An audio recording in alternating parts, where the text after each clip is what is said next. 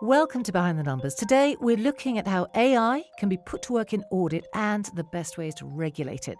Back in the summer, the Financial Reporting Council issued guidance on exactly those points, but questions remain, particularly about the regulatory framework. Regulators and firms are doing their best to navigate very rapid technological change.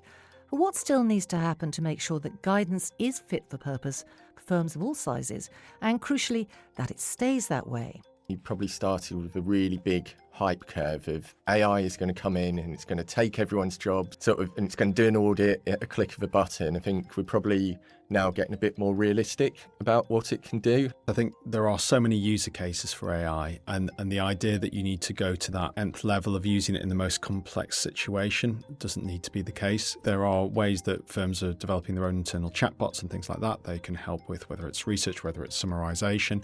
So actually just helping to get your teams and your people kind of familiar with how the technology works. Our three guests today are eminently qualified to answer those questions. Ramana McConnon is Head of Assurance Technology at the FRC. We're joined by two of the audit firm representatives who helped develop this new guidance. John Morris, Director of Audit Professional Standards for Grant Thornton, and Martin Brown, who leads on Gen AI at Deloitte. Welcome, everyone. Thank you for having us. Ramana, we hear a lot about this. It's everywhere right now. What is your sense of how fast take-up is actually happening?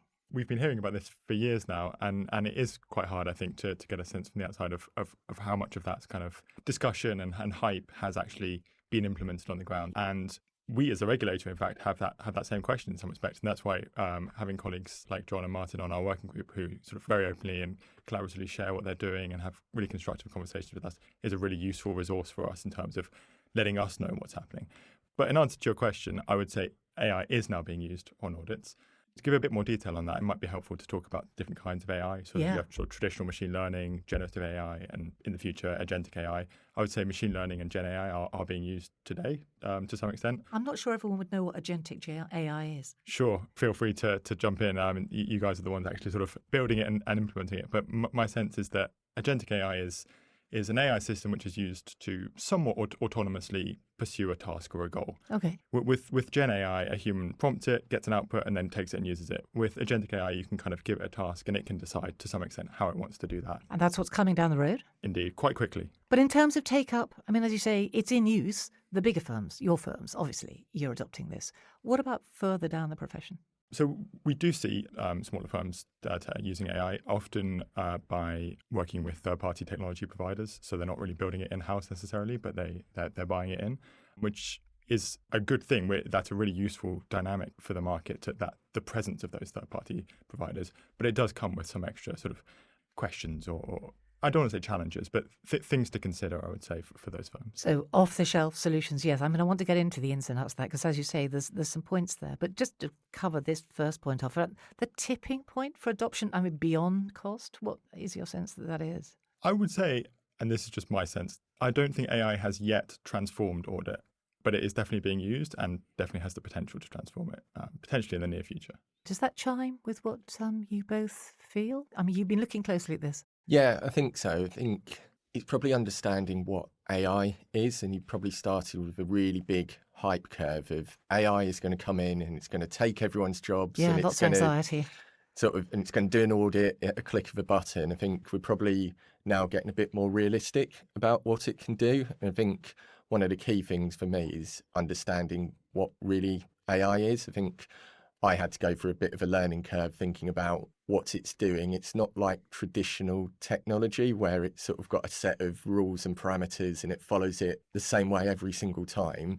It's more based on sort of a statistical type model. I think that's where a lot of the anxiety comes from, isn't it? Yeah, I think so. But I think once you get sort of your head around that, you're not going to get a perfect answer, and maybe what you're getting out from AI is more like what you'd get from more junior colleagues. So from a first year colleague, then maybe if you think of it like that, and then you put controls around that it's being properly reviewed, I think that's going to be where you start seeing it used more often. But Martin, does that level of outcome, work for firms? And as you say, first year colleague, how useful is that? If the level of oversight from senior colleagues is still going to be so high, does that work for smaller firms?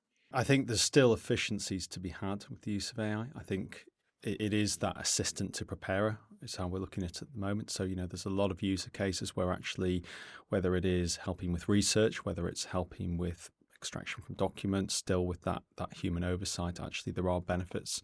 And just going back to the question about where we are, I think John's right. I think we are, we're at a point where we're at the start of this. I think there's huge interest, obviously. There's a lot of investment that's going in at the moment. I think what we're going to see over the next year or so is an increase in the use in the profession, and that may be through internal capabilities being developed by firms themselves, but actually, increasingly when you look at some of the third parties out there and you think about the technology that even some of our smaller and medium-sized firms are using, you're seeing AI capabilities being built in there as well. We should probably be clear at this point. This is guidance we're talking about, Ramana. It's not standards. That's right. How did you set your objectives? Because it's a moving target, isn't it? It is. And I would say we had a few objectives and they came from different sources. Some of that was, as I mentioned, our working group, which John and Martin are both on. We discuss all sorts of issues in relation to technology, including AI. And that generated some areas that the firms would like either a consensus on or a bit of a steer from the regulator. So that gave us a starting point of a few issues we wanted to issue our view on or clarify our expectations on. So that was some of it. Some of it was even more broadly than that. Just we wanted to issue guidance on AI simply for the sake of showing that we were okay in principle with firms using AI. Yeah, okay. Which, if anything, that I would say that's potentially our overarching goal. Is it to validate exactly. firms in the sense that, actually this isn't going to be a problem, they should explore it? Yeah, as long as it's done sensibly. And then we had a few sort of more granular objectives about specific topics where we wanted to give a view on.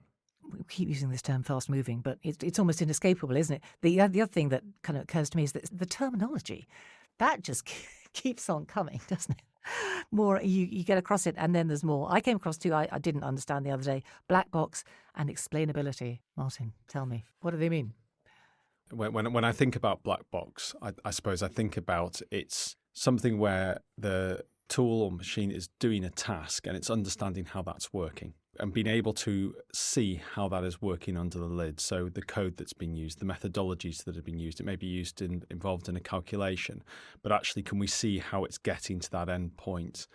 And I think at the moment, actually, it's something that probably exists today when some firms are using third-party technology and having to understand how that technology works. I think the challenge is when you move into AI and Gen AI is that the level of complexity just increases significantly. So with Gen AI, you think about you put in a prompt or something, you're getting an output, and how has it got to that? There may be billions of ways that actually it could get to an answer. So actually, how can you recreate that? And that gets into that explainability point. So actually, how can you explain it? How can you show the steps that have gone through? And that's a real challenge when you start to think about use of AI and Gen AI. I want to ask you about training data, actually. The guidance, it calls for appropriate authorization, doesn't it, from entities whose data is used. It seems to me in practice, not all clients are going to say yes to that, are they? So what happens then? We've had some examples where clients are nervous about what we're going to do with their data. Is it going to be trained on a model? Where's the data being kept? So I think the key point to me is having really clear terms and conditions in your engagement letter to say this is what we're going to use AI for, to give everyone confidence about what it's being used for. I think then there's certain situations where the client just doesn't want to sign up, but that doesn't mean that AI can't be used. And we've still had some specific examples where we've been able to sort of ring fence what we're doing with AI. It's not being used to train other models. Yeah. It's being used to create a specific bespoke solution for that client. So I think it's about talking to your clients and making them confident, but having sort of a general policy behind it. But realistically, isn't that going to be the option most clients would go for? Because it sounds like the safest option, doesn't it, for their data, Martin? I mean, I think I would agree with John that transparency, firstly, is really important. Talking to your clients about where you're using Gen AI and how you're using it. I mean, I think from our experience to date, I wouldn't say we've had that many clients, a very limited number, who've actually specifically asked us not to use Gen AI on an audit. I think so when we think about most are relaxed about you doing it, are they? I think when we have those conversations with them around how we're using the Gen AI, about how we're using the data, the tools that we're using at the moment that involve Gen AI, they're And not the being benefits trained. to them, presumably. Yes, that's Yeah. clearly really important. But, there's some really fundamental points here around the data, where it's going. All the data is held in secure environments. The fact that actually we're not training the tools with information or data from them either. So, there's some really core points and really important points that we need to help them understand. And actually, it's that education piece and I think that transparency piece with clients, which is really important. There's a lot there, isn't there? Because particularly this year, for people who don't work in tech, who aren't that technically literate, when you hear about cyber breaches and the misuse of data and that rolling threat, we've talked about it a lot on the podcast, it plays into a really understandable commercial reluctance to have anything to do with this, doesn't it? In the sense of why would you release your data? So I guess it is going to have to be all about, but if you do that, here's the win for you. We're at the very start of the AI journey and people may be a bit nervous about what's happening. I think as you've got more and more use cases and can share those examples, as Martin said, sort of talking them through exactly what we would be using data for, I think it just builds that confidence. And in a few years' time, you'll see a massive step change. Yeah. There's going to need to be a lot of rigour, isn't there? Because a single issue could be extraordinarily damaging. I think so. But that's, I think, where the guidance is really useful here, that at least gives us all a framework about what we can do and gives us permission that from a regulator that AI is an appropriate thing to do. It's not going into loads and loads of granular detail. I think it's that permission piece is really important. I agree with that. And I think it's, there are questions that we are all dealing with in terms of how we use the AI, the considerations around documentations, the quality assurance around it, interaction with ISQ and One. And so, what was really good about the guidance is it gives us that starting point to think about how we might address them. It's always going to come down to different user cases. I think that's very clear in the guidance as well.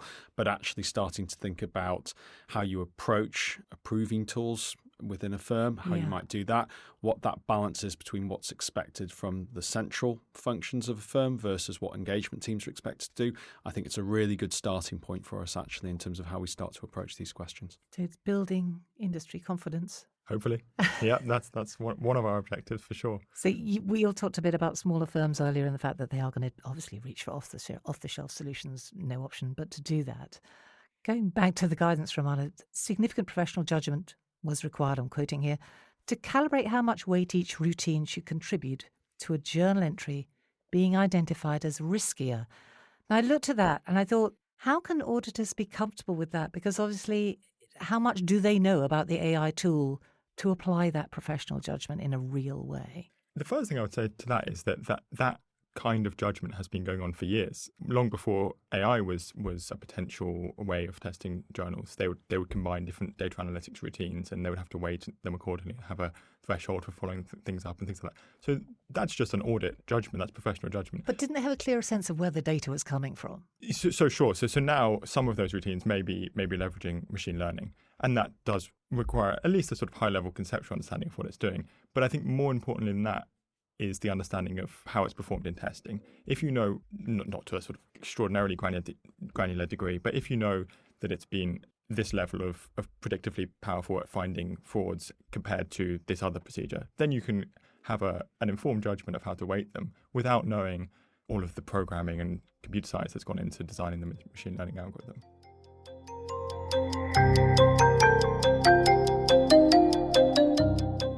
So looping back to explainability, if a tool provider is providing partial information and the audit firm, they don't have the expertise, how can they form a judgment about explainability?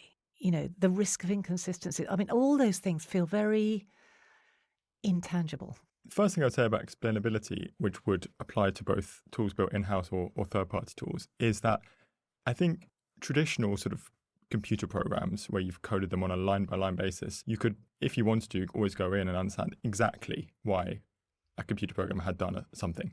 And I think that's kind of anchored our expectations about what we can expect from software, from technology. And I'm not really sure that that's the right expectation to have here. I think the comparison with a human is maybe more appropriate. You wouldn't know exactly how a human has formed a judgment. You might be able to have a good sense or form a sort of probabilistic estimate of why they've done something based on the things that you told them to do and your knowledge about roughly how they go about things. But you're not going to know exactly sort of what's going on in their brain. And I think the same can be true here. If you know conceptually what the algorithm is doing, and you know in testing this is how it's performed in these different kinds of cases, I think that's enough for many use cases. But the outcomes matter, don't they? I mean, it's going to be all about oversight, human oversight. Yeah, I think human oversight is key in lots of this, especially at the beginning. I think as technology moves on, you may get to a position where you've got AI reviewing other AI, but I think that's probably a few years down the line. Yeah. But that's the direction of travel, I think, that we could get to. Yes, that would require a high degree of confidence, wouldn't it? Yes, it would do. Although in some ways it can mitigate some of the risks. Yeah. I mean, if you have, I mean, we spoke about the sort of probabilistic nature of AI, and it can do different things, different times if you give it exactly the same prompt. If you let multiple AIs tackle a problem and then compare the answers, or have an AI do that, you can actually mitigate some of that variability and then still have a human at the end of the process. I mean, in practice, if smaller firms are feeling, they have to get independent assurance, but an AI tool is actually operating as it should because they know they don't have the expertise to do it themselves, who would provide that? It's a fragmented market, I would say, the AI assurance market at the moment. There's lots of different types of providers. I know some audit firms are getting involved in that space, some boutique assurance providers. I kind of think it's a bit similar to the sustainability assurance market a few years ago, maybe, where it's quite fragmented, lots of different... Is it regulated in any way? No, not in the traditional sense. I mean, there are sort of international frameworks and standards, but that's not regulation in the sort of oversight sense. But there is some... So very like sustainability in many ways, lots of fragmented a few years ago, approaches, yeah. I mean, do you feel this could be a barrier to small firms adopting AI? Those anxieties? I think maybe at the beginning, I mean, my recommendation to small firms is maybe not sort of trying to do something really big to start with, to think about some more granular things that they can do. So I used AI the other day. I was having a look. Someone had created a really long manual process where they went and downloaded a load of documents from Companies House, summarised them, put them all on the file, and I used a Copilot equivalent to just do that in 30 seconds. So I think starting small and getting your confidence up with these sorts of things, it's not you're trying to completely change your whole audit approach at the beginning. I'd be starting small, getting your confidence up and going from there. And something you feel you can readily check. Yes. Because you can set someone to actually benchmark that, can't you? And get a sense of, did it do a good job, I guess. I mean, first steps would be great. What would you suggest? Yeah, no, I think John's right. I think there are so many user cases for AI, and the idea that you need to go to that nth level of using it in the most complex situation doesn't need to be the case. There are AI capabilities. There's clearly Microsoft, a number of their native products now have the capabilities in there. There are ways that firms are developing their own internal chatbots and things like that. They can help with whether it's research, whether it's summarization. So actually just helping to get your teams and your people kind of familiar with how the technology works, what some of the risks and limitations might be with it as well. And starting small, I think, is sensible. To use it as a willing drudge for the grunt work. I mean, we hear a lot about this term, people using it for the grunt work, but I guess that is the safest place to start. I think it's like your low-hanging fruit, isn't it, to start with, and you can get yourself comfortable, and it's lots of this is around change management, I think, because the technology is there, it's bringing people on a journey. Thinking about off-the-shelf solutions here, last month on the podcast, we were looking at the reliability of some of them. And obviously, it can be very, very variable, as we've said. And we talked to Simon Thorne at Cardiff Metropolitan University, who'd been doing some very interesting kind of cross-testing to see which ones actually performed well. And it was fascinating because, I mean, in his testing, Gemini Pro came out best in terms of accurate outcomes. Then ChatGPT, Copilot, interestingly, the one that everyone, I think, it's probably the name everyone knows, that performed very poorly across all his tests. This is the thing, isn't it? Because the names people know are not necessarily the ones they should reach for. They don't have in-house expertise. They're going to have to pay, aren't they? They're going to have to buy advice for this. Is that not how it's going to work in reality? To get any sort of sense that they're making the best steps and the best use of their budget? I think it will be the market will decide that, I think. So there's lots of opportunities for AI assurance out there. I think people will start voting with their feet. If smaller firms are worried about it, I suspect they'll probably take more assurance from the fact that a provider has partnered with a large firm or something like that, or someone else has used it, rather than a firm getting, a SOX report or something to say that the controls are right. But I don't know, it's still, as I keep saying, it's still such early days that it could go in lots of different directions. But I suspect the path of least resistance is going to be, we know this big firm has used it, I'm going to take confidence Yes, from you that. make an excellent point. Yes, it's that whole sense of you've actually done the work because you could afford to do the work, and so they can feel confident. I think that's, and going back to something Ramana said, I think the testing as well might start to become important. So actually talking to these third-party providers about, well, what testing have you done? Have you done evaluation around the user case with Gen AI? As John says, it is early days out there at the moment, but actually there will be work that third parties will be doing or should be doing as part of this. And actually those are some of the conversations you may want to have with them as well. Long way to go, Ramana. What's next for the FRC on this? So we're working on another piece of AI guidance at the moment, this time looking at generative and agentic AI. There's kind of two parts to it, looking at some of the theory, some of the risks and mitigations that firms might think about putting in place, and then having a few illustrative examples as well to explore some use cases. Thanks very much, all of you, for coming in and explaining what you've done so far. Really interesting. Thank you. Thank you. Thank you. Cheers. Needless to say, we will be back to this subject repeatedly as AI and audit evolves. Next time, it's the autumn statement. Which way will the Chancellor jump on taxation? Can she avoid more negative outcomes for business? Our regular A-list experts will be here to dig into the detail of what she says and what it could mean in reality. Make a date to join Santander Chief Economist Francis Hark, Chief Political Commentator at The Express David Williamson, and ICAEW's own politics and business guru Ian Wright on December the 1st for the Inside Track for Business and Finance. And a quick reminder to log this podcast as CPD. You can log every single one you listen to as CPD too, including the back catalogue. Thanks for being with us.